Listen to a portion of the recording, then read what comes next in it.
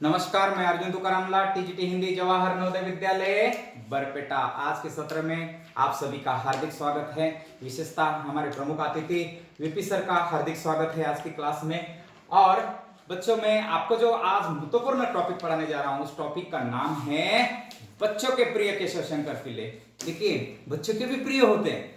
जैसे बच्चों के प्रिय अध्यापक होते हैं, कुछ अध्यापक बच्चों के प्रिय होते हैं और कुछ अध्यापक बच्चों के प्रिय नहीं होते, क्योंकि वो काम ज्यादा देते हैं। बस फर्क इतना ही होता है, लेकिन वो आगे जाकर प्रिय होते हैं। तो बच्चों के प्रिय केशव शंकर पिल्ले कैसे हैं? कुछ तो ऐसा उनका काम होगा जिसके कारण वो बच्चों के प्रिय हैं। तो जैसे चाचा नेहरू बच्चों के प्रिय हैं, तो बच्चे उनको अच्छे लगते हैं और इसलिए वो चाचा नेहरू बच्चों के प्रिय हैं। तो चले देखते हैं कि हम केशव शंकर पिल्ले बच्चों के प्रिय क्यों हैं। तो बच्चों के प्रिय केशव शंकर पिल्ले आशा रानी होरा द्वारा लिखित ये पाठ है। और इस पाठ का भाग एक, क्योंकि पाठ बड़ा होने के कारण इसको दो भागों में बांटा है। भाग एक आज की क्लास में हम लेने वाले हैं। तो देखिए, बच्चों के प्रिय केशव शंकर पिल्ले, ये पाठ को आरंभ करने से पहले ये बहुत ही बड़े सशक्त हस्ताक्षर थे। अब ये भी देखना है कि वो कैसे हस्ताक्षर थे। तो बच्चों, तुम डाक टिकट या पुराने सिक्के हो आदि जमा करते ही होंगे, है कि नहीं? हॉबी नाम की कोई एक चीज होती है, या पसंद नाम की कोई चीज होती है। मुझे ये पसंद है, मुझे खाना पसंद है, मुझे टीवी पसंद है, मुझे पढ़ना पसंद है, मुझे लिखना पसंद है, मुझे खेलना पसंद है। हर एक बच्चों को कुछ ना कुछ एक उनकी एक पसंद होती है और पसंद के हिसाब से वो कार्य करता है। आप बोले हॉबी, वही अंग्रेजी शब्द है। पसंद और हॉबी अंग्रेजी शब्द है। तो आप बोलेंगे मुझे मेरी हॉबी क्रिकेट खेलना है। हाँ, क्रिकेट खेलना आपकी हॉबी है, तो आपकी पसंद है वो। देखिए, किसी को चित्र निकालना हॉबी होती है, तो उसकी वो पसंद है। तो कुछ ना कुछ आपकी हॉबी होती है। और छोटी लड़कियां गुड़ियों का भी संग्रह करती हैं, ऐसा नहीं है। तो मुझे याद है मेरे बचपन में हमारे बहन के साथ हम गुड़िया के साथ भी खेलते थे, है कि नहीं? गुड्डा और गुड़िया, ये इनकी शादी लगाने का भी खेल हम खेलते थे बचपन में। गुड्डा गुड़ियों का गुड़ियों मतलब बचपन के ये खेल है। तो लड़कियां अक्सर क्या होता है कि उनको गुड़ियों के साथ खेलती हैं। तो चलिए, गुड़िया और लड़कियां, ऐसा लगता है उनका संबंध स्थापित कर दिया। गुड़िया आ गए तो लड़की आ गई, और लड़कियां है तो गुड़िया है। ये खेल के जो साधन है, जैसे क्रिकेट मैच आजकल लड़कियां भी खेल रही है, लेकिन क्रिकेट खेलना है तो लड़के, कबड्डी खेलना है तो लड़के, इस प्रकार खो खो खेलना है तो लड़की। हमारे इधर अभी उस दिन के हमारे वो टॉपिक में जेंडर में हमें ये बताया गया है कि हमने क्या कर दिया, वो टैग करके रखा हुआ है कि ये खेल है तो इनके हैं और ये खेल है तो इनके हैं। ऐसा नहीं है। आजकल तो हर क्षेत्र में दो खेल खेल रहे हैं, दोनों प्रकार के खेल है। लड़कियां भी क्रिकेट भी खेल रही है, लड़के खो खो भी खेल रहे हैं। ऐसा बिल्कुल नहीं रहा है। लेकिन सारी गुड़ियों का संग्रह करना उनके लिए मुश्किल है। प्रश्न आएगा आपको कि गुड़ियों का संग्रह करना मुश्किल कार्य क्यों है, ऐसा एक प्रश्न आ सकता है। तो देखिए, तो क्यों मुश्किल है? एक तो गुड़िया महंगी होती है, नंबर एक। 2 मार्क का प्रश्न आएगा तो ये लिखना पड़ेगा, गुड़िया महंगी होती है। इतना लिखने से 1 मार्क, और दूसरा मार्क चाहिए तो और 1 लिखना पड़ेगा। दूसरे, उन्हें सुरक्षित रखने के लिए जगह की ज्यादा जरूरत भी होती है। ये हो गया 2 मार्क का प्रश्न का उत्तर। देखिए, लेकिन क्या तुमने कभी किसी एक बड़ी उम्र के पुरुष को गुड़ियों का संग्रह करते हुए देखा है, सुना है, या टीवी में देखा है? बिल्कुल नहीं ना। चलो ठीक है, लेकिन आज हम हमारे पाठ में देखने वाले कि ये केशव शंकर पिल्ले जी हैं। इन्होंने ढेर सारे, 1 नहीं, 2 नहीं, 3 नहीं, 4 नहीं, 5 नहीं, 6 नहीं, 7 नहीं, 8 नहीं, हजारों गुड़ियों का संग्रह कर दिया। और उसके लिए दिल्ली में एक विशाल संग्रहालय निर्माण कर दिया। अगर हम ये संग्रहालय देखने के लिए जाते तो 1 दिन नहीं, 2 दिन नहीं, 3 दिन नहीं, तो हम 4-5 दिन आराम से उस संग्रहालय में लगा सकते हैं, क्योंकि वहां एक बड़ा वर्कशॉप भी है। हम खुद गुड़िया बनाकर देख सकते हैं। इतना बच्चों के लिए किया, तो इसीलिए बच्चों के प्रिय नंबर 1 कार्य केशव शंकर पिल्ले बच्चों के प्रिय है। पाठ के आधार पर स्पष्ट कीजिए। ऐसा अगर 5 मार्क का क्वेश्चन आता है तो हमें 5 कारण तो लिखने पड़ेंगे प्रूव करने के लिए। 1, उन्होंने गुड़ियों का संग्रह कर दिया, एक महत्वपूर्ण काम उन्होंने कर दिया। चलिए आगे देखते हैं। देखिए, सुंदर गुड़िया, यहां मैं तुम्हें उस व्यक्ति के बारे में बताने जा रही हूं, आशा रानी होरा कह रही है, इसीलिए स्त्रीलिंग में वाक्य आ रहे, याद रखना। मैं टीचर पुल्लिंग में बोल रहा हूं, लेकिन हमारी लेखिका कह रही है, इसीलिए लेखिका की भाषा में देना बहुत ही आवश्यक होता है, जिसने 2 4 5 6 7 8 नहीं है तो हजारों से अधिक गुड़ियों का संग्रह किया। किसने? हमारे केशव शंकर पिल्ले जी ने। देखिए सारी दुनिया घूम घूम कर विभिन्न विभिन्न मतलब अलग अलग देश से, सारे विभिन्न देशों से भांति भांति की अलग अलग की देखिए रंग बिरंगी खूबसूरत गुड़ियों का संग्रह उन व्यक्ति ने कर दिया, इसीलिए बच्चों के प्रिय है।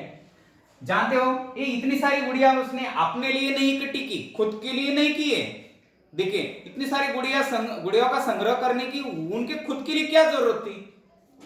देश विदेश की भिन्न भिन्न वेशभूषा से सजी अपने अपने देश के तौर तरीके से मतलब क्या होता है बच्चों? देखिए अगर असम की गुड़िया है तो उनके तौर तरीके कैसे होंगे? उनका एक तो ड्रेस अलग होगा बाकी राज्यों से। अगर हम उड़ीसा में जाएंगे तो उनका ड्रेस अलग होगा, महाराष्ट्र में जाएंगे तो उनका ड्रेस, मतलब दिखने से लेकर तौर तरीके, संस्कृति, वेशभूषा, ये सारे डिफरेंट आपको देखने के लिए मिल जाएंगे। वैसे इनके तौर तरीके वाली खूबसूरत गुड़िया उसने भारतीय बच्चों के लिए जमा की है। प्रश्न आएगा आपको कि केशव शंकर पिल्ले जी ने गुड़ियों का संग्रह किसके लिए और क्यों किया? प्रश्न आएगा। पहला प्रश्न है कि ये गुड़ियों का संग्रह उन्होंने भारतीय बच्चों के लिए किया क्योंकि उनको देश विदेश के सारे तौर तरीके से बच्चों को परिचित करवाना था, इसलिए उन्होंने गुड़ियों का संग्रह किया। ऐसा आपका आंसर रहेगा। उसने दिल्ली में एक विशाल संग्रहालय भी स्थापित किया है। देखिए मैं इस तरह सजा रखा है कि बच्चे उन्हें देख सके और बच्चों से प्रेम था, ये सबसे महत्वपूर्ण होता है। क्लास में अगर बच्चों से प्रेम है तो बच्चे भी हमसे प्रिय हो जाएंगे, है कि नहीं? बच्चों से प्रेम था इसलिए कार्य किया। देखिए कोई ना कोई तो एक कारक, एक तत्व होना चाहिए जिसके कारण हम उनके साथ जुड़ जाएंगे। किसी को पेड़ पौधे अच्छे लगते हैं, उनसे प्रेम होता है, इसलिए वो देखिए पेड़ लगाते हैं, फूल के पौधे लगा देते हैं और उनका संभाल करते हैं, उनको पानी देते हैं। किसी को अच्छे नहीं लगते हैं तो अच्छे बड़े हुए भी निकाल कर उखाड़ कर फेंक देते हैं, उनको उनके प्रति प्रेम नहीं है। देखिए प्रेम है वही सब कुछ हो जाता है। देखिए तो बच्चों से उनको प्रेम था। इतना ही नहीं कि उनकी खुशी के लिए और भी सारे काम करते थे। नंबर 1 काम गुड़ियों का संग्रह। दूसरा काम आ रहा है, कौन सा काम है देख लीजिए फटक से। देखिए सुबह शाम तक इन्हीं कामों में लगे रहते थे और इसी व्यक्ति का नाम है केशव शंकर पिल्ले। जिस व्यक्ति ने गुड़ियों का संग्रह किया उस व्यक्ति का नाम क्या है? केशव शंकर पिल्ले। देखिए जो लंबे समय तक शंकर वीकली के लिए कार्टून बनाते थे। एक शंकर वीकली का मतलब क्या होता है? एक वीक, सप्ताह, एक सप्ताह में एक बार निकलने वाला वीकली, साप्ताहिक। और उस साप्ताहिक का नाम क्या था? शंकर वीकली। उसमें उनके कार्टून आ जाते थे। ये बड़े बहुत ही आकर्षक और अच्छे कार्टूनिस्ट थे, ये कार्टून बना देते थे। जैसे महाराष्ट्र में अगर हम देखते हैं स्वर्गीय बाला साहेब ठाकरे जी, इनके अगर राजकीय जीवन की या उनके जीवन की शुरुआत अगर किससे हो गई तो ये सबसे अच्छे कार्टूनिस्ट थे और उसके माध्यम से उन्होंने अपना जीवन शुरू कर दिया। आज देखिए उनका बेटा सीएम के पद पर है। तो इतना बड़ा मतलब कार्टून से शुरुआत की है उन्होंने, कार्टून निकाल देते थे और कार्टून के माध्यम से वो प्रसिद्ध होते गए हैं। तो देखिए बच्चों के लिए प्यारी प्यारी पुस्तकें। दूसरा काम, बच्चों के लिए प्यारी पुस्तकों की रचना करना। बच्चों को किताबें बहुत अच्छी लगती है। एक चंपक नाम की किताब आती है, या कार्टून के माध्यम से जो स्टोरीज होती है, कॉमिक्स बोलते हैं उसको, वो बहुत बच्चों को अच्छा लगता है। तो उन्होंने वो भी काम कर दिया है, जो बच्चों को अच्छा लगे वो करना है बस। देखिए पत्रिका और निकालते थे, उनके लिए चित्रकला। हाँ बच्चों को और एक कार्य बहुत अच्छा लगता है, बच्चों को बोलो चित्र निकाल दीजिए, तो बच्चे अलग अलग प्रकार के चित्र निकाल देते हैं। उनको हाथी निकाल देने के लिए बोल दिया तो भले घोड़ा निकाल देंगे, लेकिन बहुत ही सुंदर आकर्षक तरीके से वो चित्र निकालने की कोशिश कर देते हैं। बच्चे को बोलना है बस चित्र निकाल दीजिए, अच्छा लगता है उनको। देखिए तो बच्चों को जो अच्छा लगता है वो करना है, इसलिए चित्रकला प्रतियोगिता आयोजित करते थे। सिर्फ भारत में नहीं बल्कि सारी दुनिया के बच्चे इस चित्रकला प्रतियोगिता में हिस्सा लेते थे। बच्चे ही उनकी कमजोरी और बच्चे ही उनकी ताकत। जिस व्यक्ति पर प्रेम होता है ना, आप केशव शंकर पिल्ले का प्रेम बच्चे के ऊपर था। तब देखिए वही बच्चे उनकी ताकत भी बन जाते हैं, उनकी कमजोरी भी बन जाते हैं। अब ताकत कैसे बन जाते हैं बच्चे? क्योंकि जो कुछ काम करना है, जैसे किताबें लिखना है, जैसे गुड़ियों का संग्रह करना है, जैसे चित्रकला प्रतियोगिता आयोजित करनी है, तो ये उत्साह, ये उमंग, ये एक प्रकार की शक्ति कहां से आ गई? देखिए किसी को अगर कोई काम करो बोलने से बोलता है रहने दो ना, आज नहीं करेंगे, लेकिन अगर किसी के लिए वो काम करना है तो हम झट से तैयार हो जाते हैं। ये शक्ति कहां से आती है? तो बच्चों को देखकर ये शक्ति आती है। इसलिए वो कहते हैं कि बच्चे मेरी ताकत है और बच्चे मेरी कमजोरी क्यों है? क्योंकि उनके लिए वो मुझे करना पड़ता है। बच्चे है तो मुझे करना ही है। बच्चे के लिए वो ना नहीं कह सकते हैं, क्योंकि बच्चों के लिए काम करना ये कमजोरी भी है उनकी। वो बच्चों के लिए ना नहीं कर सकते थे क्योंकि बच्चे से उनको प्रेम था। अब बच्चे से कैसे ना करेंगे? अब हम बोलेंगे बच्चों के लिए चित्रकला प्रतियोगिता आयोजित करनी है, यस बच्चों के लिए करना है, तो अरे यार बच्चे मेरे कमजोर, बच्चों का नाम मत ले लो, नहीं तो मुझे अगर दूसरे के लिए काम करना है तो बिल्कुल नहीं करते, लेकिन बच्चे होने के कारण वो कार्य में वो जुड़ जाते। इसलिए उन्होंने कहा है कि बच्चे ही मेरी कमजोरी और बच्चे ही मेरी ताकत है। इस प्रकार का एक प्रश्न भी आएगा, क्यों बोल के। देखिए बच्चे ही उनकी कमजोरी और बच्चे ही उनकी ताकत भी थे। तो केशव शंकर पिल्ले का जन्म 1902 में, उनके जीवन के बारे में बताने जा रहा हूं कि उनका जन्म कहां हुआ, फिर वो कार्टूनिस्ट कैसे बने, इसके बारे में जानकारी अब यहां मिलती है। तो 1902 में त्रिवेंद्र में हुआ था। त्रिवेंद्र विश्वविद्यालय से बीए करने के बाद उन्होंने मुंबई में सिंधिया शिपिंग संस्थापक के निजी सचिव के रूप में देखिए नौकरी की। देखिए निजी यानी स्वयं, ठीक है नहीं, निजी का मतलब होता है स्वयं। निजी सचिव के रूप में उन्होंने नौकरी की, साथ ही साथ उन्हें कानून अध्ययन किया, एलएलबी बोलते हैं, कानून की पढ़ाई की उन्होंने, और चित्रकला का अभ्यास भी चलता रहा। कार्टून बनाना उनकी हॉबी थी। अब बताइए मुझे आपकी हॉबी कौन कौन सी है? ठीक है नहीं, बच्चे हैं तो हम इधर बता सकते थे उनकी हॉबी कौन सी है, एक एक बच्चे को हम उठा सकते थे कि हॉबी कौन सी है आपकी, बताओ बच्चों। आपके मन में अगर आप सुन रहे हैं तो जरूर आप अपने मन में कि मेरी हॉबी क्या है, मुझे क्या पसंद है, ठीक है नहीं। कोई बच्चे को देखिए घर में माँ पूछती है बेटा खाने में क्या दे दूं, क्या पसंद है? कोई बच्चे बोलते हैं कि माँ नहीं है मुझे मिठाई पसंद है, कोई बोलता है डोसा पसंद है, इडली पसंद है, कोई बोलता है मटर पूरी पसंद है। देखिए उनकी पसंद जल्दी बता देते हैं यार, कुछ बोल देंगे कुछ भी बनाओ मेरी कोई पसंद नहीं है, ऐसे भी हो जाते हैं, है कि नहीं। लेकिन हॉबी होना बहुत आवश्यक है। घर में लगभग हो जाता है कि घर में बोलते तब हम बोलते आप कुछ भी बना दो चलो, लेकिन हम अगर चलो बड़े लोगों की वो कमजोरी आती है, बड़े लोग अगर वो ऑर्डर करेंगे घर में तो बड़े लोगों को सोचना पड़ता है कि जो ऑर्डर मैं कर रहा हूं वो सामान घर में है क्या नहीं, तब हम ऑर्डर कर सकते हैं। लेकिन बच्चों को इसके बारे में कोई नॉलेज नहीं होता है, बच्चे तुरंत ऑर्डर कर देते हैं। तो चित्रकला का अभ्यास भी चलता रहा, कार्टून बनाना उनकी हॉबी थी। आपकी हॉबी आप आने के बाद मुझे बता दीजिए। बॉम्बे क्रॉनिकल में उनके कुछ कार्टून छपते थे, ये पेपर का नाम है, वर्तमान पत्र है, तो उसमें उनके कार्टून छपते थे, आते थे पेपर में। देखिए उन्हें हिंदुस्तान टाइम्स में कार्टूनिस्ट की नौकरी मिल गई। देखिए आप बोलेंगे कि कार्टून निकालते निकालते भी हम करियर बना सकते हैं क्या? जी हाँ बना सकते हैं। चित्रकला आती उसमें करियर बना सकते। आप पेपर में कार्टून बना कर दे दो, उसमें भी आपका करियर बन सकता है। कुछ लेख लिख कर दे दो, उसमें भी आपका करियर बन सकता है। और वो कार्टूनिस्ट थे। और देखिए 1932 से 46 तक उन्होंने वहां काम किया। वे भारत के पहले कार्टूनिस्ट थे जिन्हें किसी पत्र ने पूरे समय के लिए नौकरी दी थी। देश विदेश की बड़ी बड़ी हस्तियां, अब हस्तियां का मतलब क्या होता है? विशेष लोग। देखिए जो प्रसिद्ध है, जो मशहूर है, ऐसे प्रसिद्ध लोगों को हस्तियां कहा जाता है। अब बड़ी बड़ी हस्तियां मतलब बड़े बड़े लोग, विशिष्ट बड़े बड़े लोग, जैसे ओबामा, देखिए अमेरिका के पूर्व राष्ट्राध्यक्ष, उनको बड़ी हस्ती हम कहेंगे। हाँ, अमेरिका के पूर्व राष्ट्रपति जैसे अभी ट्रंप जी, तो इनको बड़ी हस्ती कहेंगे। नरेंद्र मोदी बड़ी हस्ती में आ जाएंगे। तो विशेष लोग, विशिष्ट लोगों के लिए हस्तियां कहा जाता है। तो ऐसे लोग बड़ी बड़ी हस्तियों पर बनाए उनके कार्टून ने सभी का ध्यान अपनी ओर खींचा।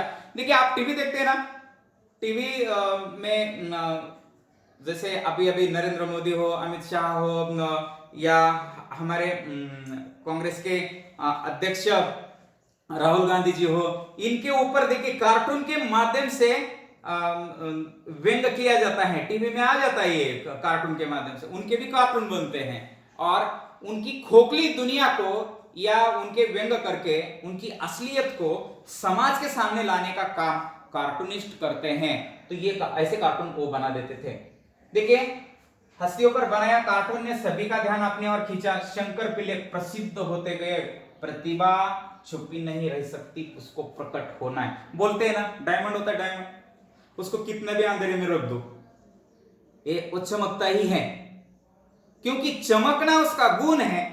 अगर किसी व्यक्ति के पास अच्छे गुण हैं तो उसको एक ना एक दिन समाज के सामने आना ही पड़ता है। कितना ही छुप कर रहो, वो बैठ नहीं सकता है, एक दिन बाहर आ जाता है। कितना भी अगर अच्छा खिलाड़ी है, अगर देखिए विराट कोहली क्रिकेटर हैं, उनके पास प्रतिभा थी इसलिए वो समाज के सामने आ गए, बड़े व्यक्तित्व के रूप में आए।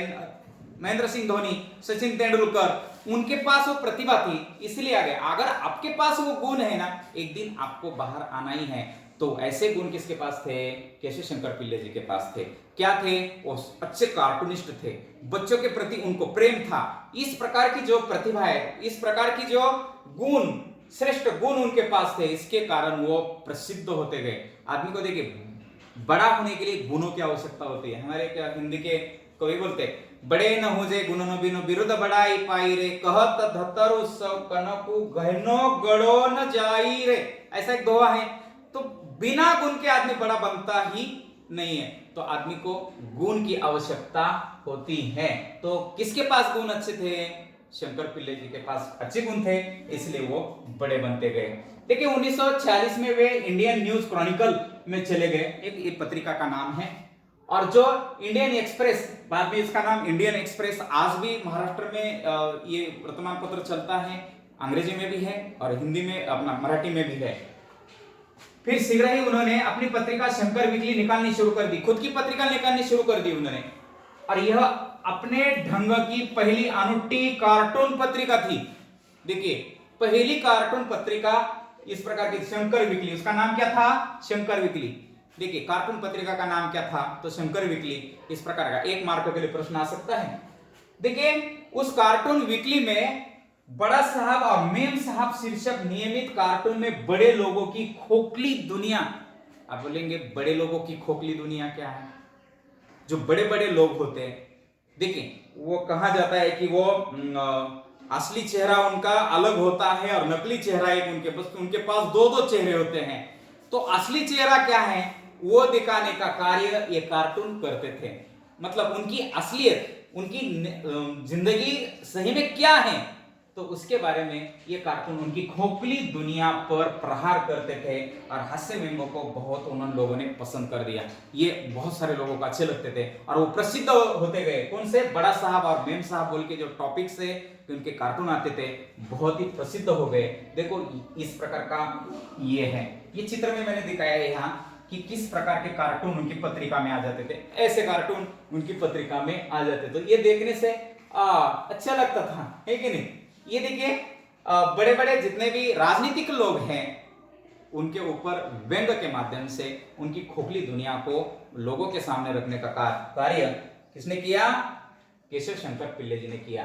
तो देखिए, लगभग 25 साल पहले इन्हें बड़े लोगों को इनके हाल पर छोड़ शंकर, देखिए 25 साल पहले उन्होंने कहा दिया कि बड़े लोगों को यार छोड़ दो यार, ना वो सुधरने वाले हैं, बड़े बूढ़े होते जाने वाले हैं, तो इनको उनके हाल पर छोड़ो। चलो कैसे भी हो, इनको छोड़ना है। अब कुछ काम करना है तो बच्चों के लिए करना है। इस प्रकार का एक संकल्प उन्होंने कर दिया और बच्चों की ओर झुक गए। उन्होंने लगा कि सुंदर प्यारे भोले भाले बच्चे कितने उपेक्षित है। उपेक्षित मतलब अनदेखी करना, जिसकी और लोगों ने देखा नहीं है, जिसके बारे में लोगों ने सोचा नहीं है, ऐसे को उपेक्षित कहा जाता है बच्चों। और ऐसे उपेक्षित बच्चों की ओर देखने का कार्य किसने कर दिया? केशव शंकर पिल्ले ने कर दिया। और उन्होंने सोच लिया कि जो कुछ करना है अब बच्चों के लिए करना है, न इनके लिए, इनकी खुशी के लिए ही काम किया जाए। क्यों ना बच्चों की खुशी के लिए काम किया जाए, है कि नहीं? अगर घर में मम्मी पापा हम बच्चों की खुशी के लिए काम करते हैं तो अच्छा लगता है। देखिए एक एडवर्टाइज आती है, कहा जाता है कि बस पापा को खुश करो सब कुछ प्राप्त होगा, है कि नहीं? जैसे हम ईश्वर को प्राप्त, ईश्वर सबका मालिक एक है, ईश्वर को प्राप्त करने से सब कुछ मिलेगा बोलते हैं, तो घर में पापा को खुश करो सब कुछ मिलेगा। देखिए बच्चों की क्या क्या मांगे होती है, ज्यादा से ज्यादा कपड़ा लाना है, चॉकलेट लाना है, खाने के लिए जाना है, आइसक्रीम लाना है, इससे बढ़कर और कौन सी उनकी डिमांड होती है? पापा को खुश करने से ये सारी डिमांड उनके कंप्लीट हो जाती है, पूर्ण हो जाती है। कलाकार को भावुक होते, बच्चे के प्रति उनके मन में जो प्रेम उमड़ा वे उन्हीं के ख्यालों में डूबते चले गए। उन्होंने पहली बार शंकर विकली द्वारा 1948 में बाल चित्रकला प्रतियोगिता आयोजित करने का संकल्प किया। देखिए पहली बार बाल चित्रकला प्रतियोगिता का विचार लोगों के सामने रखा। विचार नया था, बच्चों के हित का था। हित का मतलब उनके फायदे का था। किसके फायदे का?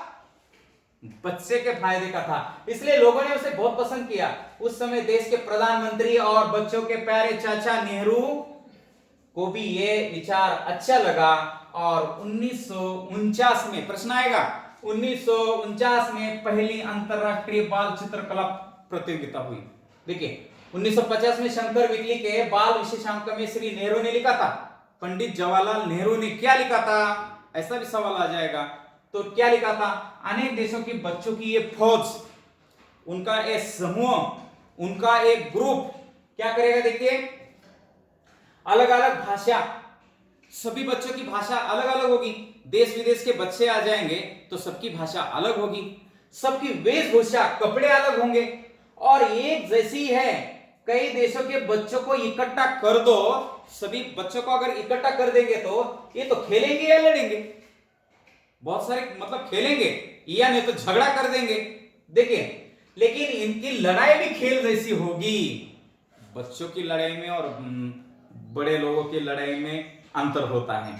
बड़े लोगों की लड़ाई अलग रूप लेती है। बच्चों की लड़ाई 5 मिनट पहले लड़ेंगे, एक दूसरे को बहुत पीटेंगे, लेकिन फिर से उनके कंधे पर हाथ डालकर वो चलेंगे। ये उनकी लड़ाई होती है। और इनकी लड़ाई के लिए बस दूसरा एक दोस्त बीच में आ जाता है, दोनों को हाथ मिला देता है, सॉरी बोल दिया, वो हो गई उनकी लड़ाई, वही समाप्त हो जाती है, ज्यादा दिन तक टिकती नहीं है। ये तो वैसे ही है कि बच्चे एक तो खेलेंगे या लड़ेंगे, लेकिन उनकी लड़ाई भी खेल जैसी होगी। वे रंग, भाषा, जाति पर कभी नहीं लड़ेंगे। ये सबसे महत्वपूर्ण है कि बच्चे कभी भी रंग, भाषा, जाति, प्रांतवाद, सांप्रदायिकता, धर्म, इसके ऊपर कभी नहीं लड़ेंगे। देखिए उसके ऊपर लड़ाने का कार्य बड़ों में चला जाता है। जैसे हम बोलते हैं ना, हम जितने शिक्षित बन जाते हैं तो उतनी वो लड़ाई झगड़े का रूप विशाल बनता है।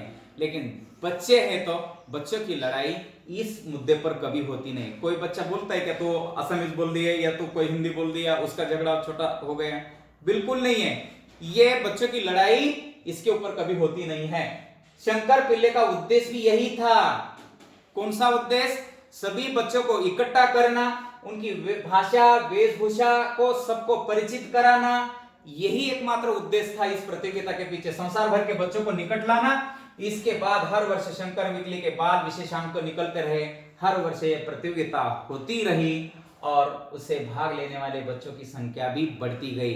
देखिए दुगना ये संख्या हो गई और एक विशाल रूप इस चित्रकला प्रतियोगिता में आयोजित किया था। और ये सबसे महत्वपूर्ण कार्य केशव शंकर पिल्ले जी का था। तो बच्चों यहाँ एक पाठ समाप्त कर रहा हूँ। इस पाठ से संबंधित जो शब्दार्थ है यही है। उसके बाद इस पाठ से संबंधित जो गृह कार्य है, केशव ने कार्टून बनाना, गुड़ियों की पुस्तकों का संग्रह करना, पत्रिका में लिखना या पत्रिका निकालना, बाल चित्रकला प्रतियोगिता आयोजित करना, ये सारे बच्चों के काम किए थे।